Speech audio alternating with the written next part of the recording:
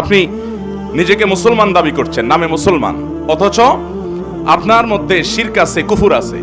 তো এরকম যদি হয়, তাহলে শিরক এবং কুফরে থাকা ব্যক্তি, এই ব্যক্তি যত নেক আমল করুক, সে নিজেকে মুসলমান মনে করছে, হয়তো তিনি 5 ওয়াক্ত নামাজও পড়েন, কিন্তু তার মধ্যে যদি শিরকে আকবর থাকে, কোন শিরক থাকে, মানে বড় শিরক,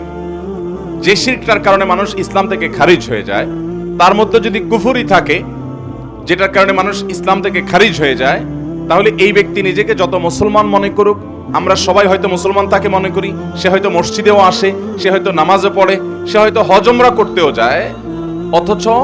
তার কোনো আমল, সে নামাজ পড়ুক, রোজা রাখুক, হজ করুক, যাকাত করুক, দান করুক, সাদাকা করুক, তার কোনো আমল আল্লাহর কাছে গ্রহণযোগ্য হয় না। নাম্বার 2, যারা তাকদীরকে অস্বীকার করে। অনেক মানুষ আছে আমাদের সমাজে, দেখবেন আপনি যখন তাকদীরের কথা বলবেন,